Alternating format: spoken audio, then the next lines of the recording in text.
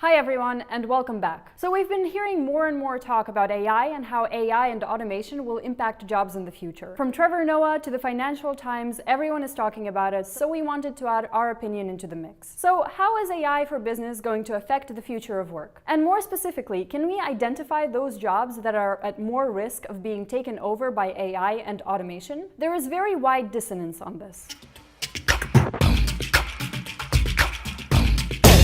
We started analyzing a bunch of different reports that have been shared online, like McKinsey reports, OECD studies, and my personal favorite, an Oxford study that says 47% of US jobs are at risk of automation over the next few years. Meanwhile, we see that the general population and workers think differently. A recent study conducted by Marist College actually identifies that 97% of workers believe that most jobs will be automated, but not their own. This suggests that the general public needs to be educated on which jobs are susceptible to this risk, which are not, and businesses need to be aware of the forthcoming skills gap. Of course, not all jobs are equal. The Oxford study that we cited a moment ago actually highlights this. They examined 700 participants and found that generalist occupations that require creative knowledge or innovation are at least risk. The same is true for occupations in education, healthcare, media, and arts jobs. On the flip side, jobs like telemarketeers, junior lawyers, accountants are at most risk. In short, there is a simple rule of thumb. If your job is in some way predictable or routine,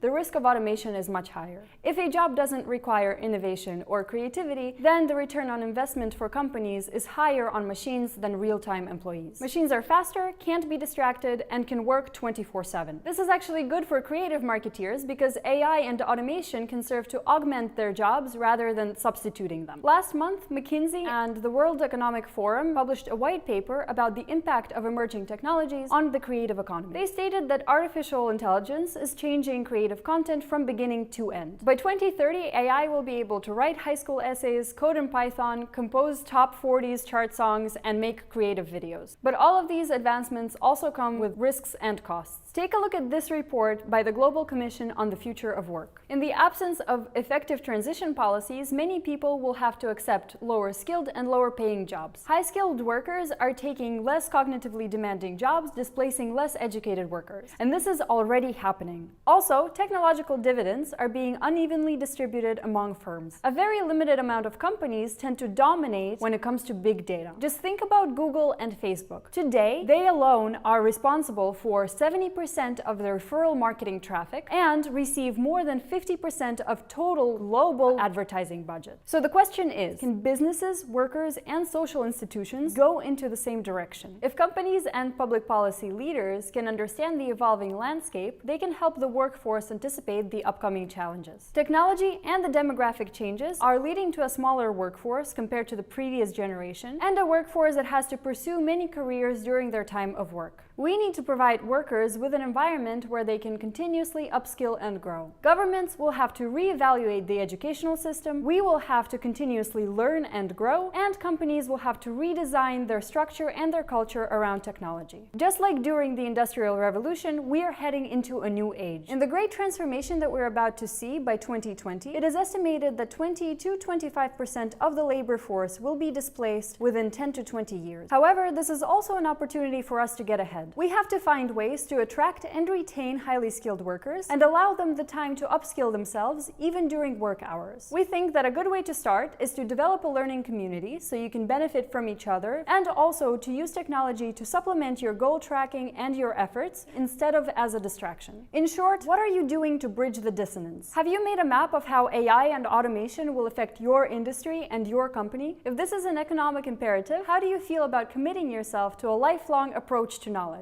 Now, what's your opinion? Please let us know your thoughts in the comments below, and stay sharp.